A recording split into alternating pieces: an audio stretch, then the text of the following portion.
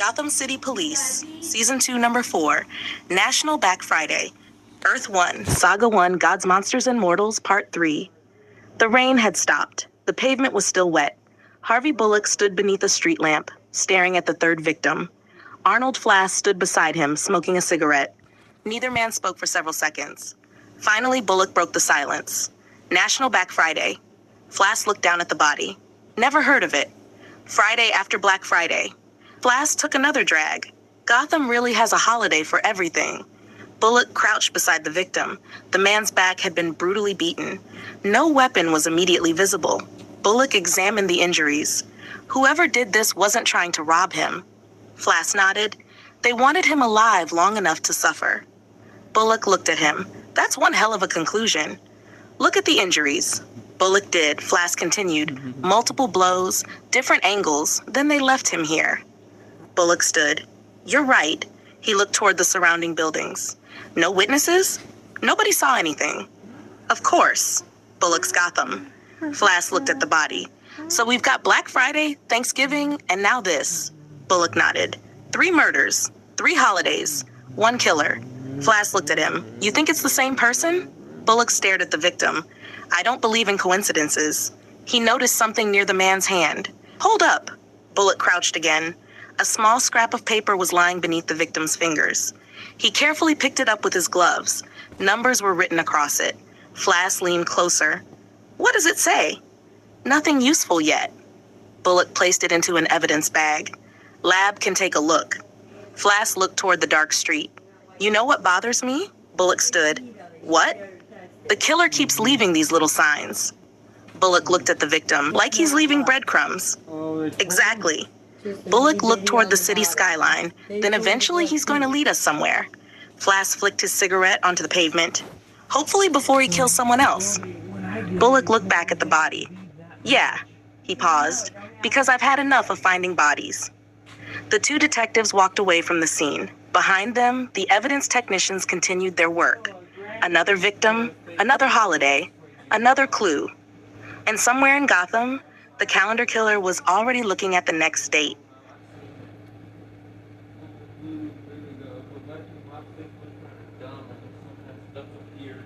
Days or minutes or hours, seconds later.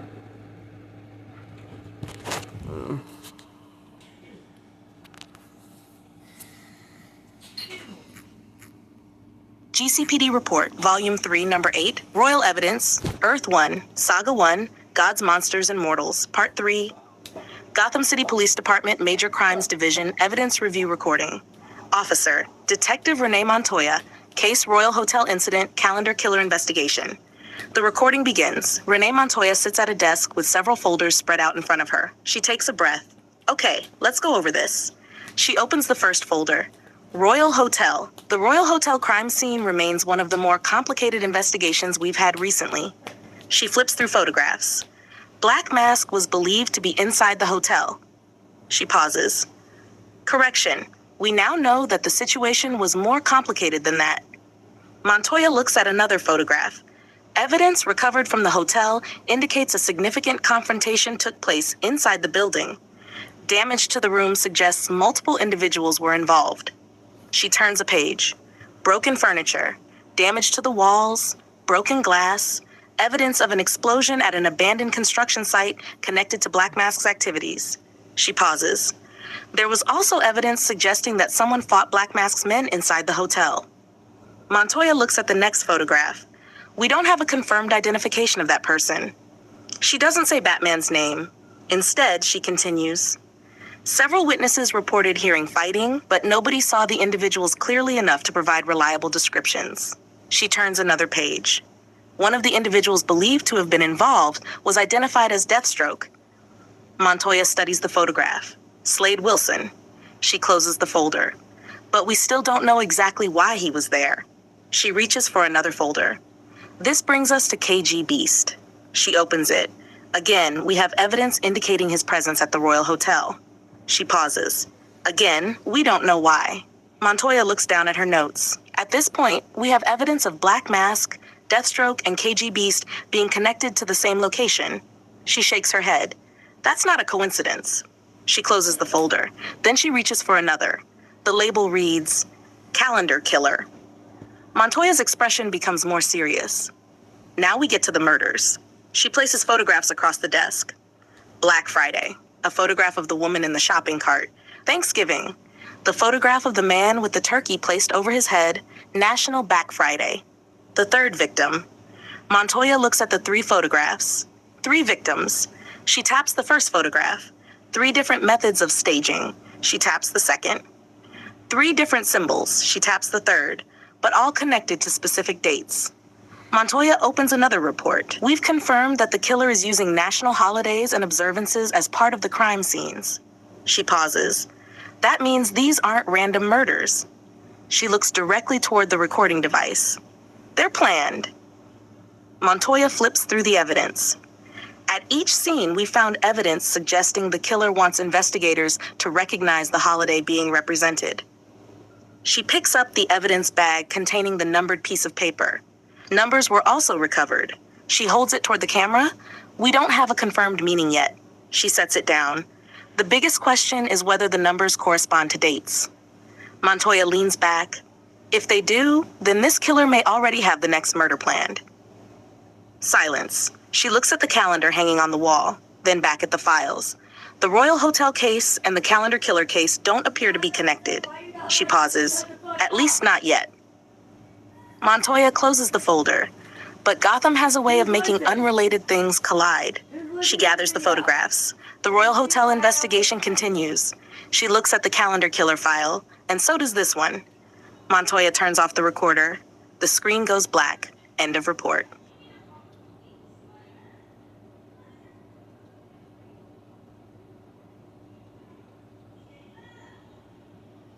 The mom basically tells the kid to shut up. The kid's freaking out over the store, and the mom basically tells the kid to shut up. And probably fire. Why are you telling the kid to shut up? You. Hey, you. I want to shut my mom's a fucking fire in that tree. If it falls, we dead.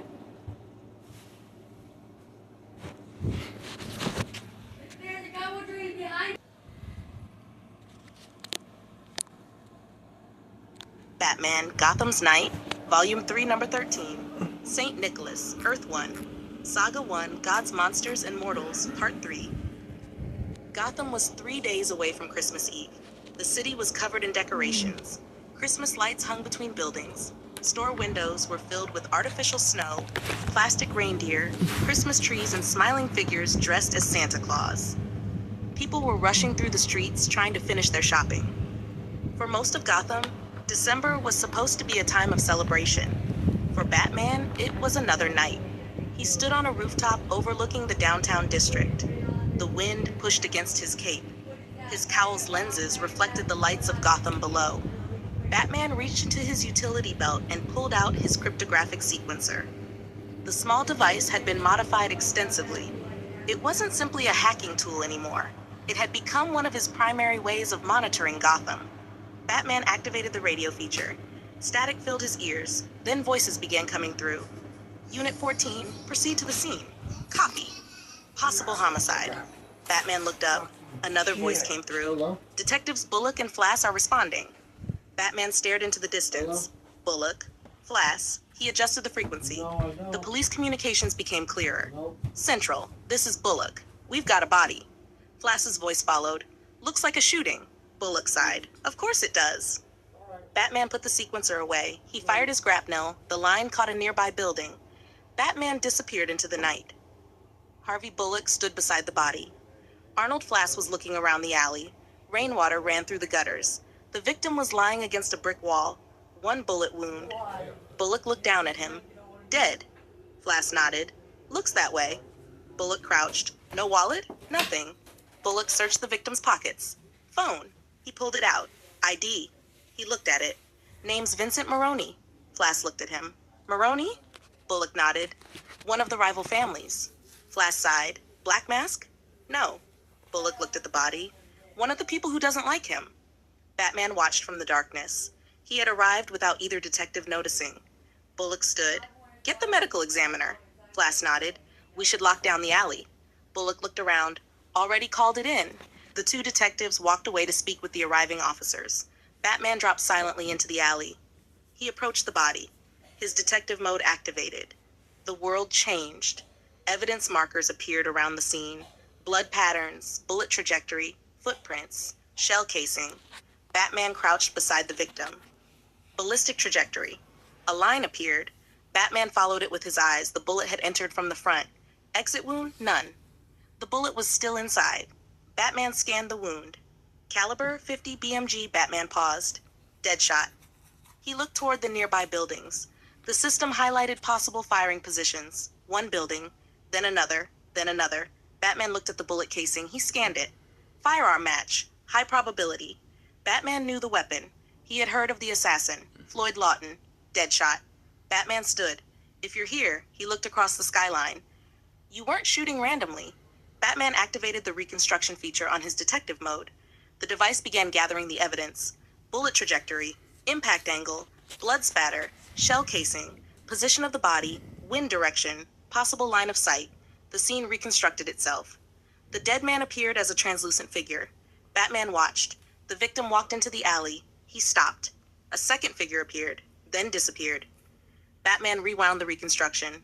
Again, the victim entered, stopped, looked toward the street, then a flash. The victim collapsed. Batman paused the reconstruction. He looked at the direction of the bullet. Not here. He rewound it. The system traced the trajectory backward. Batman followed it, across the alley, up the wall, across the street, toward a rooftop. Batman fast-forwarded. The reconstruction showed a figure appearing on the rooftop. Batman zoomed in. The figure was holding a rifle. Batman studied the silhouette somewhat. Then the reconstruction showed the figure firing. Batman paused.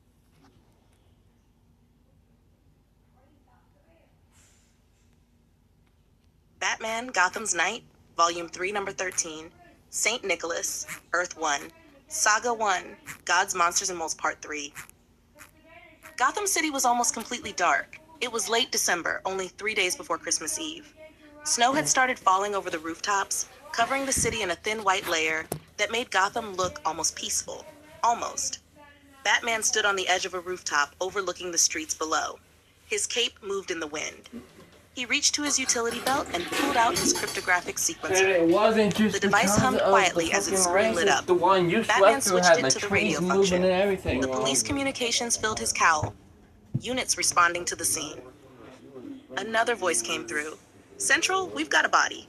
Batman stopped. He increased the volume. Location? The dispatcher gave the address. Batman entered it into the sequencer. He closed the device. Then he jumped. His grapnel fired into the darkness. The line caught a building. Batman swung between the skyscrapers. The city passed beneath him. He landed on another rooftop. Then another. Finally, he reached the building overlooking the crime scene. Police lights flashed below. 2 officers stood near the body. Harvey Bullock, Arnold Flass. Batman crouched on the rooftop and watched them. Bullock looked exhausted. Flass looked annoyed. Bullock stared down at the body. Another one. Flass lit a cigarette. Another dead criminal. Bullock looked at him. That's supposed to make me feel better? I'm just saying. Flass exhaled smoke. Guy was probably asking for it. Bullock shook his head. Doesn't mean we don't investigate. Batman watched. Bullock crouched beside the victim. Male, adult. Flass looked around. Any witnesses? None. Bullock stood. Get the coroner. Batman waited. He couldn't move yet. Not until the police left. Minutes later, the officers and forensic technicians began packing up. Bullock looked back toward the body. Let's go. Flass followed him. The police cars disappeared into the night. Batman waited another few seconds. Then he descended. He landed beside the body without making a sound. He activated detective mode. The world changed. The darkness became a web of information. Heat signatures, blood traces, footprints, bullet trajectory possibilities. Batman crouched beside the victim. Let's see what they missed. He scanned the body. The victim had been shot. 1 gunshot wound, clean, precise. Batman examined the entrance wound, high caliber round. He scanned the bullet fragment. His cowl displayed information.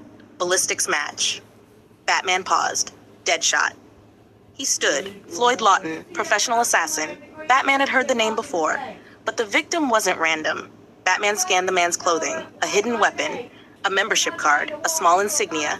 Batman recognized it. Rival mob. He examined the insignia. One of Black Mask's competitors. Batman looked at the body. Deadshot was hired. He scanned the surrounding area. No shell casing, no weapon, no fingerprints. Batman looked toward the rooftops. If Deadshot was here, he turned. He didn't need to get close. Batman activated his evidence scanner. A faint trail appeared. A small impact mark on a nearby wall. Batman walked toward it. He scanned the mark. Bullet impact. He looked upward. Angle? The computer calculated. Batman followed the projected line. It led across the street to a rooftop. Batman grappled up. He landed on the rooftop. The wind blew snow across the surface. Batman scanned the ground. There, a footprint. He crouched. Size 11. He scanned again. Military-style tread. Batman looked at the edge of the roof. A small indentation. Rifle rest. He activated the reconstruction function. The scene around him began rebuilding itself.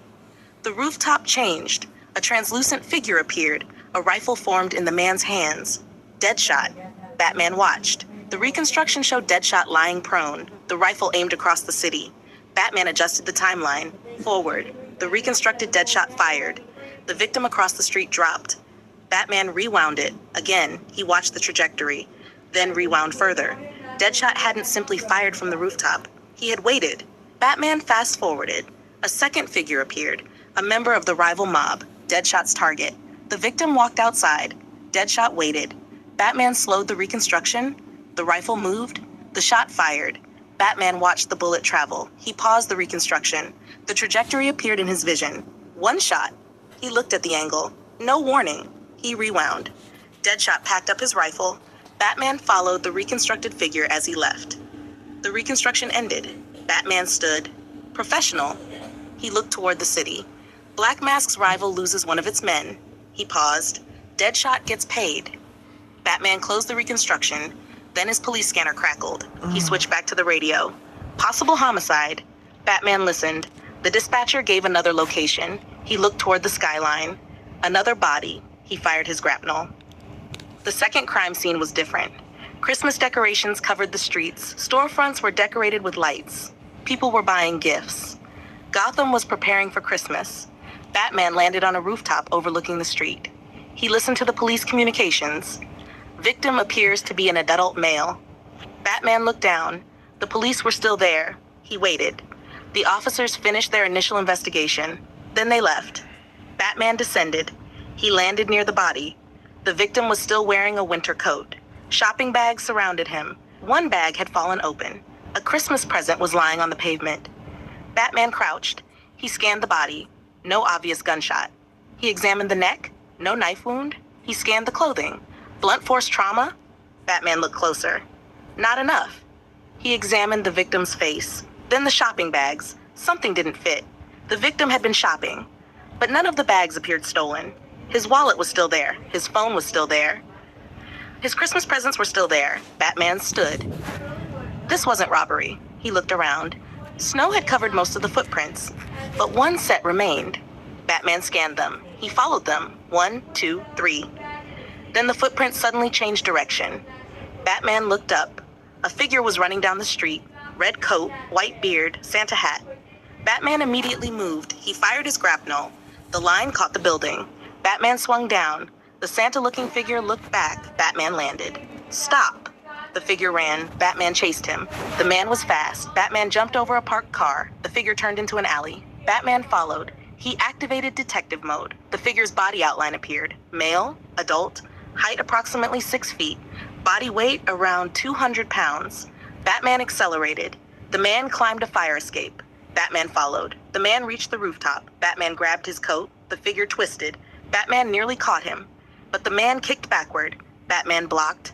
The figure jumped over the edge. Batman looked down. The man landed on a lower rooftop. Batman fired his grapnel.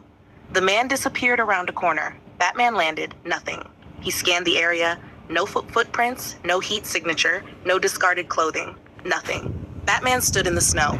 How? He searched the rooftop. The man had vanished. Batman looked back toward the crime scene, then at the Christmas decorations, then at the date, December 6th. He pulled up the calendar on his cowl. December 6th, St. Nicholas Day. Batman stared at it. St. Nicholas. He thought about the previous murders. Black Friday, Thanksgiving, National Back Friday, National Special Education Day, National Package Protection Day, Wildlife Conservation Day, now St. Nicholas Day. He looked toward the direction the Santa figure had escaped. This is him, the holiday killer, the calendar killer.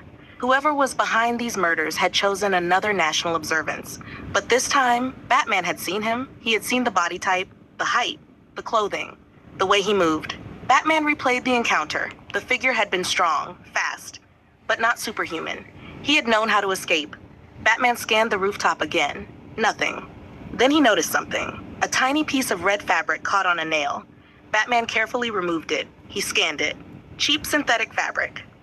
He analyzed it. Santa costume. Batman looked at the fabric. Not enough. He placed it into an evidence container. Then he looked toward the city. Christmas Eve was only 3 days away. The calendar killer had chosen another date, and the dates were getting closer together. Batman returned to the crime scene. He examined the victim again, the shopping bags, the presents, the position of the body. He scanned the ground. Then the nearby storefront. There was a security camera. Batman looked at it. Maybe you saw something. He grappled to the building. The camera was old, but still working. Batman connected his cryptographic sequencer. The device accessed the camera's network. Footage appeared in his cowl. He rewound it.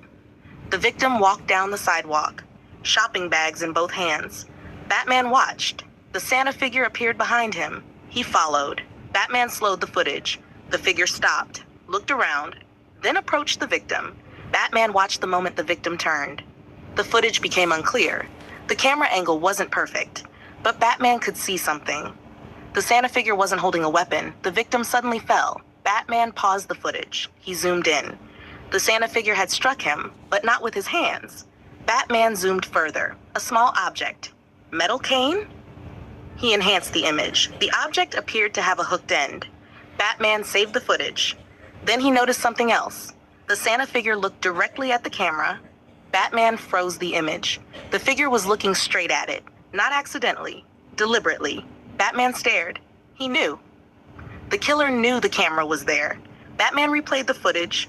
The Santa figure had looked at the camera before killing the victim. Batman leaned closer. He wanted someone to see. Then the footage cut. Batman stared at the screen. The killer wasn't just hiding. He was performing. Every murder was a message. Every victim was part of a display. Every date was another page. Batman closed the footage. He looked toward the skyline. You're getting careless.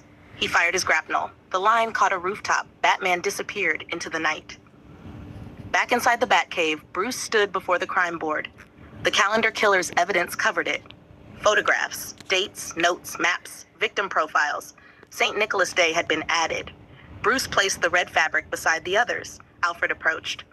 Another murder? Bruce nodded. And you saw the killer? Briefly. What did he look like? Male, around 6 feet, heavy build. Anything else? He was dressed as Santa. Alfred stared at him. Santa's Nicholas Day. Alfred sighed. Of course. Bruce looked at the board. He's using national holidays. And Christmas Eve is 3 days away. Bruce nodded. Exactly.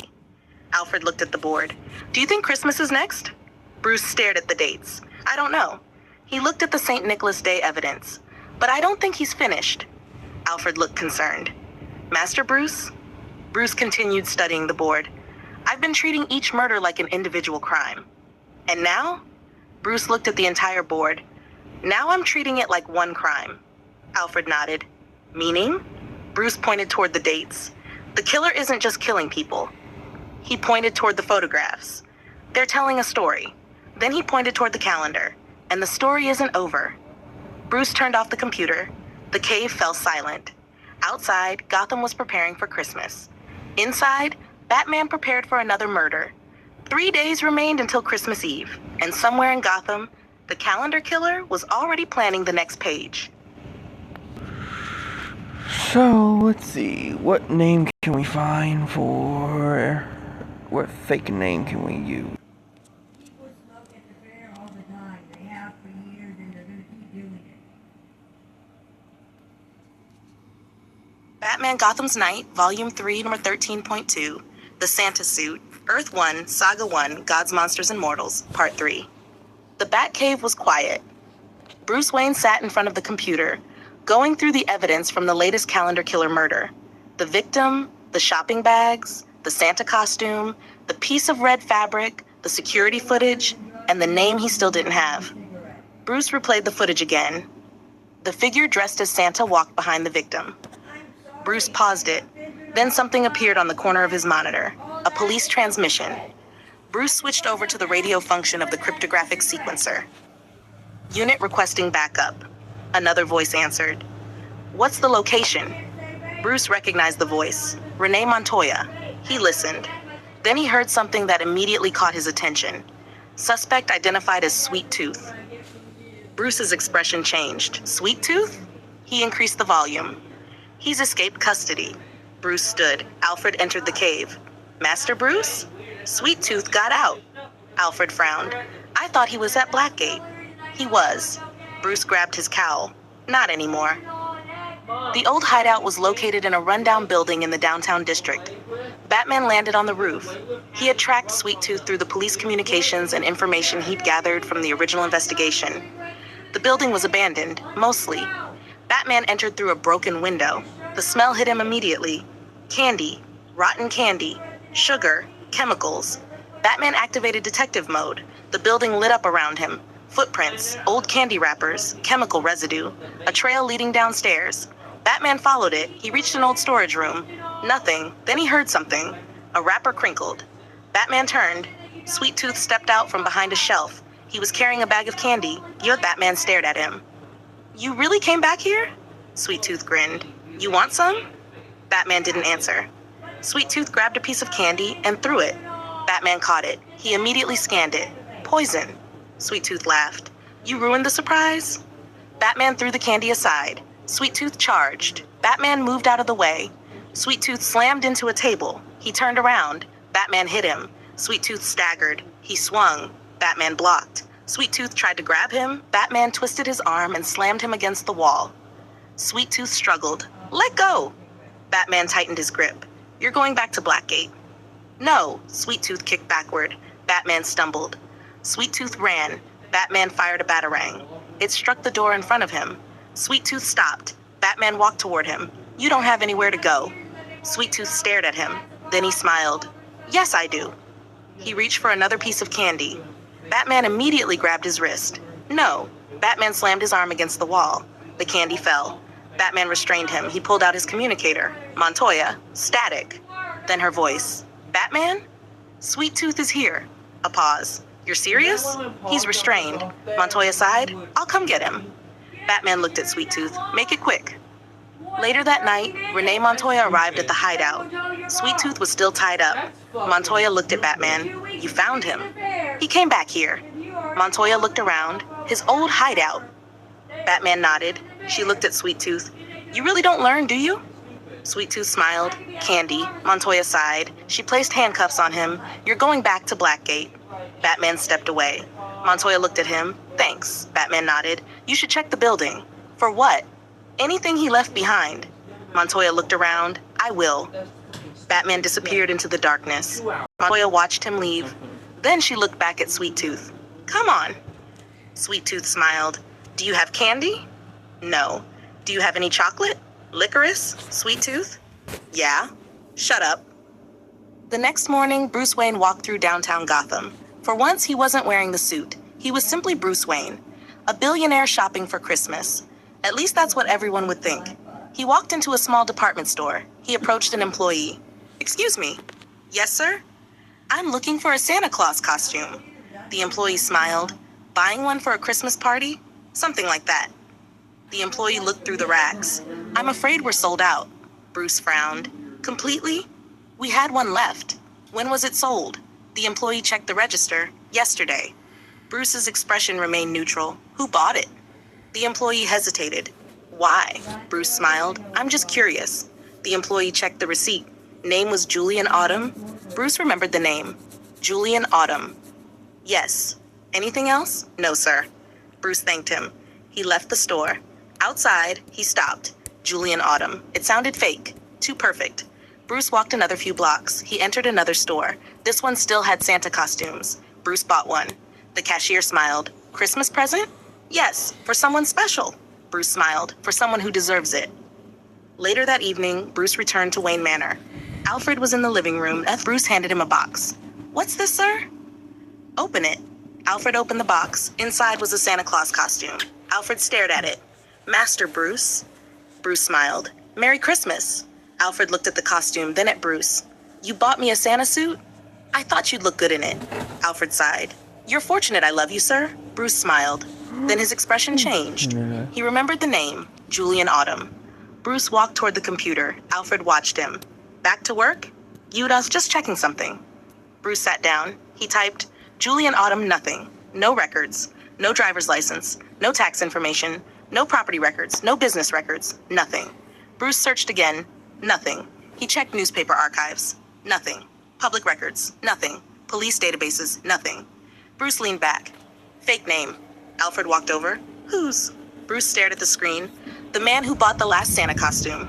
Alfred's expression changed. "You think he was the killer, Doll? I don't know." Bruce closed the search. "But I know one thing." "What?" Bruce looked toward the window. "Julian Autumn doesn't exist. Outside, Gotham was covered in snow. Christmas was getting closer. And somewhere in the city, a man who didn't exist had purchased a Santa Claus costume. End."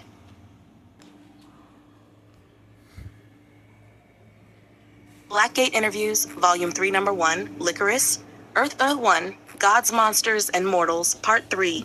The interview room at Blackgate Penitentiary was quiet. Dr. Harleen Quinzel sat across from Sweet Tooth. A recorder sat between them. Sweet Tooth was handcuffed to the table. He looked furious. Harleen opened the file. "Let's begin." Sweet Tooth stared at her. "No." Harleen blinked. "No," she sighed. "Sweet Tooth, you were recently reincarcerated after escaping custody." "I know. You were found at your former hideout." "I know. You were then apprehended by the Batman." Why would I have to, if I don't even Sweet have Tooth's an out? expression changed. "I don't want to talk about him." Harleen nodded. "Fine." She opened another page. "Let's talk about Detective Montoya." Sweet Tooth immediately slammed his hands against the table. "That woman." Harleen leaned back. "What did she do?" "She tricked me." "How?" Sweet Tooth stared at her like the answer was obvious. "Licorice." Harleen paused. "Licorice? She told me she had some." Harleen tried not to smile. "You followed her because she offered you candy?" "It was licorice." Sweet Tooth looked genuinely offended. "You don't understand. I don't think I do. She knew I liked candy." Harleen nodded slowly. "Yes, she used it against me. Apparently." Sweet Tooth leaned closer. "I trusted her." Harleen raised an eyebrow. "You murdered people with poison candy." Sweet Tooth shrugged. "I can be evil and still appreciate candy."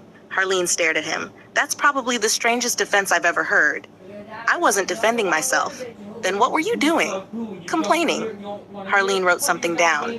"You're angry because Montoya used licorice to lure you into custody." "Yes." Sweet Tooth pointed at her. "She showed me the licorice. And?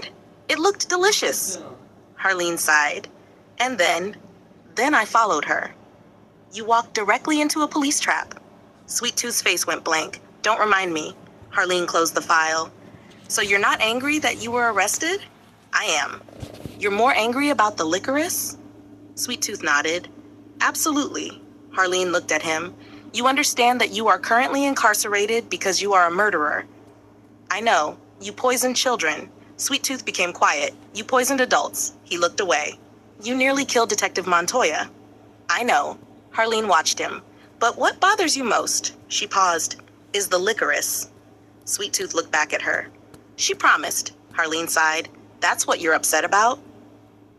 "She promised." There was a long silence. Harleen finally wrote something in her notes. Sweet Tooth stared at her. "What are you writing?" "That you're emotionally attached to candy." Sweet Tooth frowned. "That's not exactly a revelation." Harleen looked at the clock. "Fair enough." She closed the folder. "That's all for today." Sweet Tooth leaned forward. "Can I have some candy?" "No." "Chocolate?" "No." "Licorice?" Harleen smiled slightly. "Especially no licorice." Sweet Tooth's face fell. "You're just like Montoya." Harleen stood. "Goodbye, Sweet Tooth." As she walked toward the door, Sweet Tooth called after her. "She still owes me licorice." The door closed. Sweet Tooth sat alone at the table. He muttered under his breath, as she promised. That was the first year we took him to the fair. Took who? GCPD Report, Volume 3, Number 9, Sweet Tooth, Second Evidence Review. Earth 1, Saga 1, Gods, Monsters, and Mortals, Part 3. The recording begins. Renee Montoya sits at her desk inside the GCPD evidence room. Several evidence bags are laid out in front of her. One contains pieces of candy. Another contains a piece of red fabric. A third contains documents recovered from Sweet Tooth's old hideout. Montoya presses the recorder. Detective Renee Montoya, GCPD. Evidence review regarding the recent apprehension and reincarceration of the individual known as Sweet Tooth, also identified as Sweetie Todd. She opens the first evidence bag. After Sweet Tooth escaped custody, he returned to his previous hideout in the downtown district. She holds up a photograph. Officers recovered multiple candy wrappers, containers, mixing equipment, chemical residue, and several unfinished pieces of confectionery. Montoya looks through the photographs. Some of the candy was tested. She pauses. The results weren't surprising. She looks directly at the recorder. Poison. She places the photograph down. Sweet Tooth continues to use candy as a delivery method for toxins. Cotton candy appears to be his preferred method, but the evidence shows he has experimented with other types of candy as well. She opens another file. Investigators also recovered notes describing different mixtures and quantities. Montoya flips through the pages. We're still determining exactly what every substance was intended to do. She sets the notes aside. Some appear designed to incapacitate. Another page. Others are considerably more dangerous. She pauses. And some appear to have been specifically designed to kill. Montoya takes a breath. That confirms what we've already established from the previous investigation. She reaches for another evidence bag. Sweet Tooth wasn't simply making candy. She looks at the contents. He was making weapons. Montoya moves to another folder. The evidence also confirms that his old hideout was still being used after his escape. She looks at the photographs of the room. That means his return wasn't accidental. She circles a location on a map. He went back there because he had nowhere else to go, and because he still had access to the equipment and materials he used during his previous crimes. Montoya flips to another report. We also recovered clothing, personal items, and documents that helped confirm Sweet Tooth's identity as Sweetie Todd. She pauses. Nothing recovered from the hideout provided a direct connection between Sweet Tooth and the calendar killer. Montoya looks at the evidence board. That's important. She takes another folder. The calendar killer is still out there. She looks down at her notes, and Sweet Tooth is not the holiday killer. Montoya closes the folder, but that doesn't make him harmless. She stares at the candy evidence. He has already killed children. Silence fills the room. Montoya continues, and adults. She places the evidence bag down. He's responsible for enough deaths that we need to make sure he never gets another opportunity to poison anyone. She turns to the final evidence bag. Inside is a piece of candy. Montoya looks at it. There's one more thing. She picks up the evidence label. According to the transport officers, Sweet Tooth became extremely angry after his arrest. She almost smiles. Apparently, he believes Detective Montoya. She stops. Myself. She shakes her head. Used licorice to trick him into getting arrested. Montoya looks directly at the recorder. For the record, I did. She pauses. And I would do it again. She places the evidence back on the table. Sweet Tooth is back at Blackgate. She closes the file. The candy evidence will remain in the GCPD evidence vault for further testing. Montoya turns off the recorder. The red light disappears. The room goes quiet. End of report.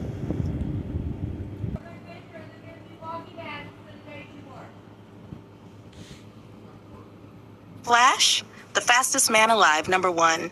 The man who became the Flash. Earth 2, Saga 1, Gods, Monsters, and Mortals, Part 3. The rain came down hard over Keystone City. It was one of those nights when the streets were nearly empty, the kind of night where the city seemed to disappear behind curtains of water. Inside the laboratory at Keystone University, Jay Garrick sat alone. He was a young scientist with a mind that never seemed to stop working. On the desk in front of him were several notebooks, chemical formulas, and a glass beaker filled with a strange, clear liquid. Jay rubbed his eyes. Come on. He looked at the formula again. It should work. He had been working for hours. The experiment was supposed to create a new type of inhalant that could temporarily increase the body's oxygen absorption and improve physical performance. It was experimental, dangerous, and according to Jay's professor, completely unnecessary. Jay didn't agree. He picked up the beaker. Just one more test.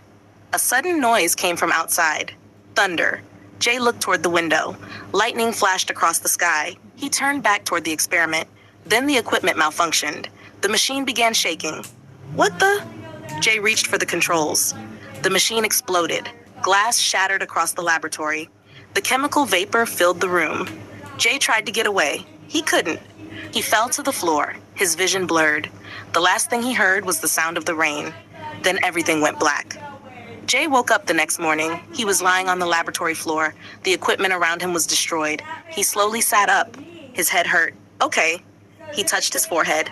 I'm alive. Jay stood. He felt strange. Not sick, not weak, different. He walked toward the door. Then he accidentally bumped into it. The door flew open. Jay froze. He stared at the broken door. What? He looked at his hand. He hadn't even hit it that hard. He stepped outside. A student was walking down the hallway. Morning, Jay. Morning. The student continued walking. Jay took a step, then another. He suddenly stumbled forward, except he didn't fall. He shot down the hallway. Whoa! The world became a blur. Jay slammed into the wall at the end of the corridor. He slowly slid down. What just happened? He stood again. His heart was pounding. He looked down the hallway. It suddenly occurred to him he had crossed the entire hallway in less than a second. Jay smiled. No, he stepped backward, then ran. This time he controlled it. He moved faster, faster, faster. The hallway disappeared around him. Jay stopped. He was breathing heavily, but he wasn't exhausted. He looked at his hands. I can run, he smiled. I can really run. That afternoon, Jay went outside. He needed to test his abilities. He started slowly, then faster. Then faster. The city became a blur. Cars appeared to crawl. People barely seemed to move. Jay laughed. He ran through Keystone City. He crossed several blocks in seconds. Then he heard something. A scream. Jay stopped. He looked around. A truck was speeding toward an intersection. A little girl was crossing the street. She didn't see it. Jay moved. In an instant, he was there. He grabbed the girl and carried her to the sidewalk. The truck sped past. The girl stared at him. Jay crouched. Are you okay? She nodded. Who are you? Jay smiled. He didn't know what to say. Just a guy who was in the right place. He ran away before anyone could ask another question. That night, Jay sat in his apartment.